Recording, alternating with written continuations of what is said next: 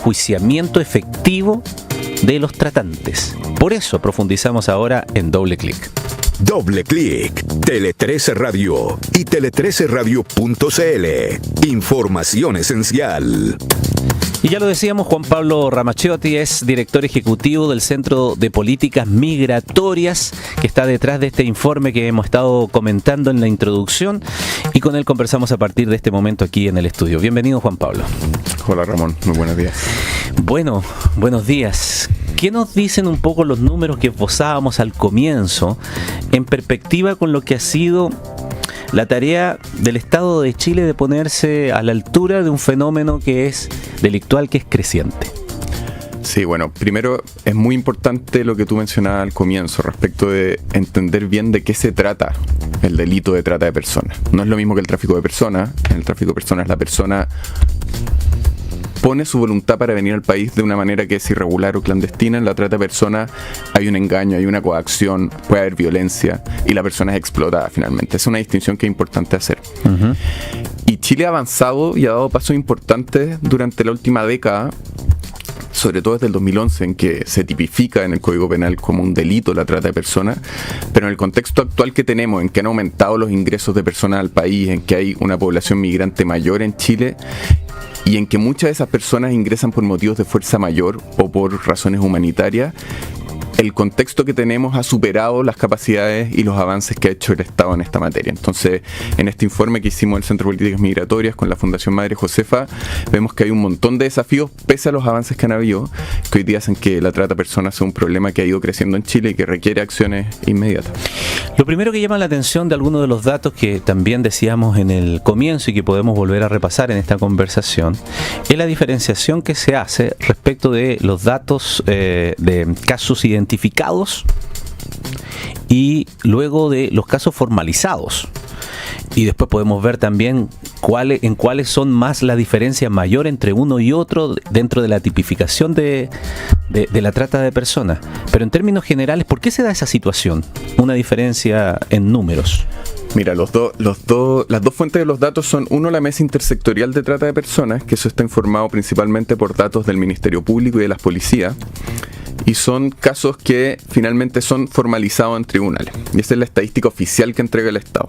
Nosotros además le pedimos al Ministerio Público por transparencia, información sobre todos los casos que han identificado.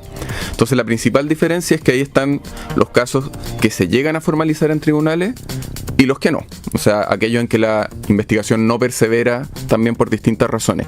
La mayoría de los casos que no están finalizados son por archivo provisional, o sea que no hubo suficientes antecedentes para poder continuar con la investigación. Y eso es algo que pasa en todas las investigaciones penales, pero acá la brecha es muy grande. Entonces hay muchos casos en que no hay suficientes antecedentes. Nosotros en esta investigación, en las entrevistas que hacíamos, que entrevistamos fiscales, policías, organizaciones que trabajan en este tema de la sociedad civil también, académicos, académicas, se mencionaba lo difícil que es avanzar con las investigaciones, uno porque faltan denuncias, otro porque no hay suficiente conciencia. Entonces funcionarios públicos, instituciones que se pueden encontrar con casos de trata de personas no se dan cuenta de eso. No se dan cuenta. No se dan cuenta porque no conocen bien en qué consiste la trata de personas, cuáles son los elementos que pueden dar indicios de que una persona puede estar siendo víctima de trata. Y también porque cuesta que en los tribunales se consideran muchas veces los casos como trata propiamente tal, sobre todo cuando es trata laboral, porque el límite entre abusos a la legislación laboral versus casos en que hay una explotación laboral es difícil de distinguir. Entonces ahí hay problemas también. Es bien interesante eso que planteas al final, porque hagamos la distinción de inmediato, que es una vulneración de una simple legislación laboral de lo que es realmente una trata de personas desde el ámbito laboral. ¿Cuál es la frontera, cuál es la línea roja para entender una cosa con otra? Que evidentemente salta a la luz de manera obvia que son cuestiones mucho más graves. Claro. La principal diferencia es la falta de libertad que tiene la persona para salir de ese espacio. O sea, puede haber una persona que esté, por ejemplo, con sus documentos retenidos, por ejemplo, que durante un periodo largo de tiempo no le pagan su remuneración, por ejemplo, que esté amenazada por violencia para no salir de ese espacio. Entonces, hay distintos elementos que le quitan la libertad para poder, por ejemplo, renunciar y buscar otro empleo. Ahora, en un caso de abuso laboral en que se infringe la legislación laboral, puede haber también elementos que limiten un poco la voluntad. Entonces, es una zona gris que se tiene que definir en tribunales, pero nosotros también lo que levantamos de las entrevistas que hicimos en este informe es que falta también trabajar más en esos criterios, y varias personas que trabajan en este tema dicen que falta también reforzar la legislación para que haya un tipo penal específico respecto de la explotación laboral, que es algo que hoy día no tenemos. Esa brecha que se da, esa diferencia entre los casos identificados y luego formalizados en este ámbito en particular, ¿de qué tanta magnitud estamos hablando? Mira, entre el 2011 y el 2023, que es la estadística que se lleva en Chile porque fue el año en que empezó a regir la ley, en el artículo del Código Penal que tipifica como delito la trata de personas, muestra que causas formalizadas de trata fueron 73 en todo el periodo. Y en ese mismo periodo se identificaron por el Ministerio Público 771 casos. O sea, hay una diferencia de 10 veces de diferencia. Claro. Y esa diferencia es aún más grande cuando hablamos de trata laboral. En términos de trata con fines de explotación sexual hay diferencias importantes, pero no son tan amplias como con la trata laboral. Hay una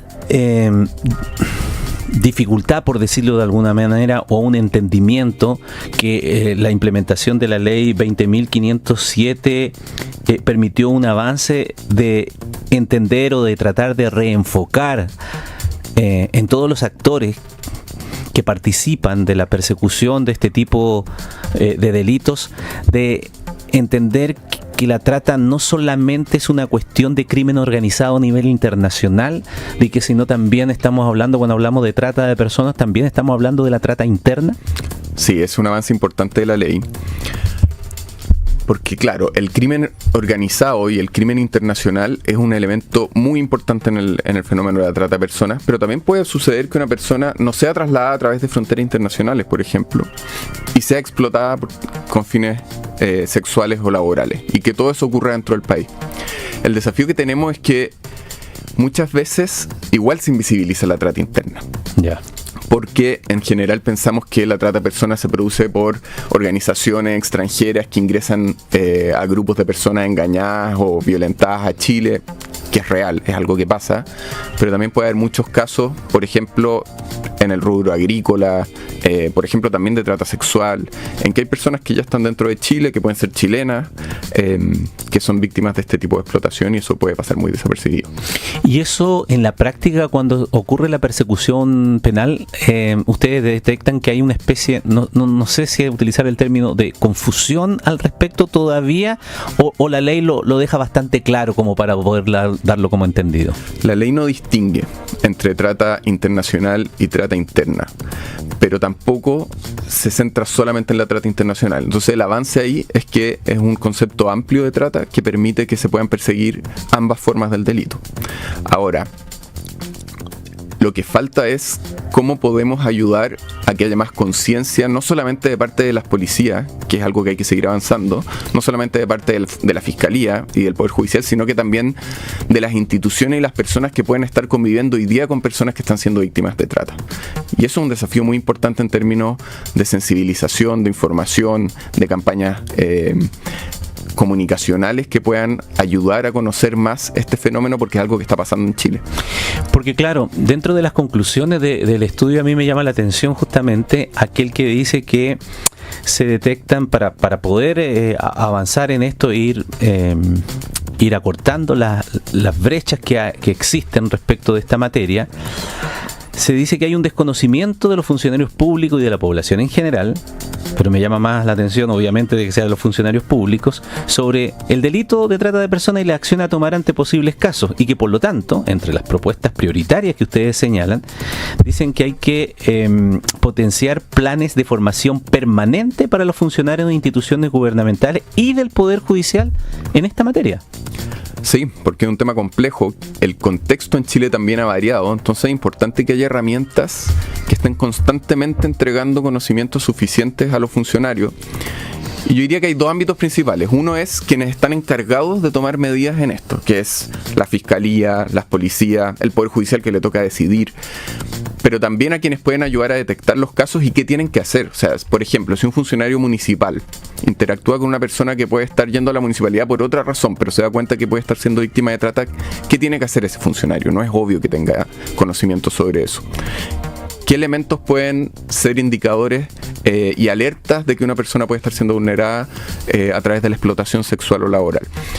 En los consultorios, o sea, hay toda una capilaridad territorial a la que no llega la fiscalía, a la que no necesariamente llegan las policías, que puede ayudar a concientizar y también a reaccionar y a proteger a quienes hoy día pueden estar siendo víctimas. Por lo tanto, hay señales que pueden dar la alerta en otros niveles para poder entrar a esta materia y no necesariamente a la denuncia directa a la fiscalía de la persona afectada, por ejemplo. De eso estamos hablando. Claro, ya. Que ambas cosas son muy importantes. ¿Sabes por qué lo digo? Porque a raíz de lo que está sucediendo con esta noticia del día, ¿no? Que es la desarticulación, al parecer, de una célula relacionada con el tren de Aragua, que se llaman los piratas, y que la fiscalía está señalando que está involucrado en distintos temas, tratando de relacionarlo con lo que estamos conversando para bajarlo al terreno, ¿no? de lo práctico. Me llamó la atención algo que dentro de las tantas cosas que se ha dicho en el día de hoy se mostraba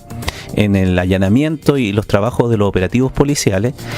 Era un lugar que estaba siendo destinado habitacionalmente y que al parecer antes había sido un colegio, pero habitacionalmente para arrendarla, subarrendarla, tener personas extranjeras allí, cobrándole una cantidad X, y entonces se está investigando todo lo que dice relación si aquí hay algo más que simplemente un lucro por un arriendo. ¿A qué voy? A que en los testimonios que se recogían, digo preliminarmente nada más, y en el reporteo periodístico en vivo que se hacía allí, surgía una pregunta súper obvia, que un vecino decía: lo que pasa es que aquí vino incluso la Dirección de Obras Municipales porque estaban tratando de regularizar esta situación para transformar el terreno que era de un colegio o las instalaciones que eran de un colegio para transformarlo en cuestiones residenciales. Entonces surgía la pregunta, pero si allí había un hacinamiento enorme y había indicio de que eso era totalmente irregular, que eso antes era una dependencia de un colegio, pero hoy día estaba prácticamente transformado en un local de arrendamiento que a todas luces parecía muy irregular. ¿Cómo no, por ejemplo, darse cuenta allí y lo que tú dices, surgir a partir de la capacitación, del olfato que tenga el funcionario municipal de decir: a ver, antes de regularizar esto parece que aquí hay otra cosa? O sea, estoy tratando de bajar lo que tú me dices a algo concreto que podría estar ocurriendo incluso en la noticia del día de hoy. Sí, y son situaciones súper complejas porque se puede mezclar, por ejemplo, migrantes en situación irregular, actividades que pueden ser ilícitas como este tipo de arrendamiento o a veces actividades sexuales. O sea, son una serie de cosas que se mezclan en lo concreto y que requiere que haya conocimiento de por medio, si no un funcionario municipal va a actuar por lo que por instinto cree que es lo mejor que se puede hacer en una situación que es relativamente desconocida porque ha cambiado muy rápido en Chile. Y la actividad de bandas criminales también se enfoca en distintas cuestiones que son fuentes ilegales de ingreso. Entonces, una banda criminal puede estar vinculada al tráfico de drogas, puede estar vinculada a la trata de personas, al tráfico de personas, al arriendo irregular, etcétera. Entonces, o al comercio ambulante. O sea, hemos visto cómo las bandas criminales se van vinculando a distintas cosas y en todo eso el control que ejercen tiene cierta violencia, tiene ciertos elementos de amenaza. Entonces, ir distinguiendo qué es súper complejo y eso requiere que haya mayor capacitación. Y por otro lado también hay un problema para las víctimas. O sea, parte de lo que salió en esta investigación, por ejemplo, víctimas de trata sexual, que pueden llegar a denunciar, después vuelven donde sus tratantes. Eso me llamó mucho la atención del informe. Porque son personas que están sujetas a poder generar ingresos, por ejemplo, a través del comercio sexual. en que las tienen con la libertad coartada, en que les exigen entregar gran parte de los ingresos que vienen de esa actividad, pero si no se quedan sin ingresos. Y eso da cuenta de un desafío institucional, que es qué tipo de protección le estamos dando a esas personas, también qué tipo de oportunidades se abren para esas personas una vez que denuncian, para que efectivamente tengan la posibilidad de salir de las redes de trata. Entonces es súper difícil. ¿Qué institucionalmente es lo que hay respecto de eso, de la protección de esas personas que, por ejemplo, están bajo la caracterización de una trata de personas con fines de explotación sexual? ¿Cómo el Estado se hace cargo de ellos para ampararla, para acompañarla y precisamente para que no ocurra eso, que al final el Estado, si no da la respuesta adecuada, terminan volviendo de donde estaban denunciando? Sí. Mira, hoy día, y esto se hace varios años, a quienes denuncien o a quienes se acercan a la institucionalidad por trata de personas se le puede entregar una visa, que eso ya permite que, si es que esa persona está en situación irregular, pueda al menos regularizar esa situación y trabajar formalmente, que eso ya es, y acceder a la institucionalidad, etcétera. O sea, eso ya es un paso súper importante. Y lo otro es que hay ciertas instituciones de acogida para poder recibir esas personas. Pero el problema es que esas instituciones y esas instalaciones son insuficientes. O sea, no hay instalaciones que permitan llegar, por ejemplo, a personas de sexo masculino, a niños, niñas y adolescentes, también hay un déficit fuera de la región metropolitana. Entonces, si bien existe, todavía falta mucho en ese sentido. Y lo otro es que los servicios sociales para que esas personas se atiendan en términos, por ejemplo, psicológicos, de atención social, de inserción laboral, no cuentan hoy día con los recursos suficientes para hacerse cargo del contexto específico de una persona que es víctima de trata sexual o laboral, en términos de estrés postraumático, en términos de acompañamiento, etcétera. Entonces, hay cosas que se están haciendo que son muy importantes, pero son insuficientes para cómo está hoy día el fenómeno. Y desde el punto de vista de nuestra legislación, yo decía al principio y revisábamos también de lo que significó tal vez un antes y un después en la implementación de la ley 20.507, ¿no es verdad? Sí. Ya, pero después de ¿cuántos años? Esto es desde el 2011, 2011, ¿no es cierto? 2011. O sea, ya han pasado 14 años prácticamente. ¿Es necesario revisar los cuerpos legales? ¿Falta algo más? ¿O, como muchas veces ocurre en distintos tipos de problemas que tenemos en nuestra sociedad, que a veces siempre pensamos que todo lo va a solucionar una nueva ley, a veces lo que ocurre simplemente es que lo que tenemos funcione bien? Sí. ¿Cuál es el caso, según Yo te diría que lo que se puede mejorar de la ley es algo que salió como una opinión bastante predominante en los espacios que tuvimos con gente experta en este tema, es tipificar la explotación laboral como delito. Pero fuera de eso, la legislación chilena en general cumple con los estándares internacionales. O sea, el mayor problema que tenemos es de implementación, de prevención, de persecución y de protección, pero de políticas. Y de implementación de políticas más que algo legislativo. Y por último, también el informe da cuenta en un capítulo respecto de experiencias comparadas en términos de difusión, de comunicación y de concientización que han hecho otros países. Hay casos citados, si mal no recuerdo, en Gran Bretaña, en Colombia, en Canadá. Respecto de eso, comparativamente, ¿estamos al debe? ¿Qué se puede hacer más? Estamos al debe en dos sentidos, diría yo. Uno, que hace falta una campaña de carácter nacional que visibilice fuertemente que hoy día hay trata en Chile, que es un problema que está empeorando y que hay que hacerse cargo. Y que todas las personas pueden cumplir un rol en eso, no solamente las instituciones públicas. Y segundo, ser más estratégico en cómo enfocamos eso. Por ejemplo, dentro de los casos de experiencias internacionales, se ve que a veces, por ejemplo en el Reino Unido, hubo un sector específico donde se dieron cuenta por los datos que se estaban dando más casos de trata de personas y se hizo una campaña focalizada en ese sector, en esa localidad. Yeah. O por ejemplo, casos en que se identificaron personas que venían de Latinoamérica hacia Polonia. Entonces se hizo a través de WhatsApp una campaña informativa y que también permitió identificar por dónde estaban comunicándose las redes tratantes para llevar las personas de Latinoamérica a Polonia, y se pudo no solamente concientizar, sino que también perseguir mejor el delito. Entonces hay cuestiones de que necesitamos una campaña transversal y que visibilice el tema de manera fuerte y decidida, pero también cuestiones más estratégicas y más focalizadas. Y ya que dices territorialmente también, allí hubo una cosa que se hace un énfasis de acuerdo a donde hay mayor cantidad de casos, porque la estadística te permite hacer así un mapeo. Finalmente en Chile este tema está circunscrito a las grandes urbes nada más, al Gran Santiago, proporcionalmente por ser la capital y tener mayor cantidad de habitantes, evidentemente que siempre en todas las cosas va a aparecer con un número más alto, pero proporcionalmente esto está distribuido en todo el país o estamos todavía focalizados en ciertos centros urbanos. Mira, hay casos en todo el país, pero los datos de la mesa intersectorial y los datos de la Fiscalía muestran que la gran mayoría están en la región metropolitana, pero también en Tarapacá y Antofagasta y en el Maule y en O'Higgins. Entonces, y ahí hay distintas características. Por ejemplo, en Maule y O'Higgins puede estar más vinculado a trata laboral. Claro. Entonces, ahí se pueden tomar ciertas decisiones y ahí hay un nivel de datos que nosotros no tenemos, pero es en qué comunas, en qué zonas, y ahí se pueden ir haciendo cuestiones mucho más focalizadas.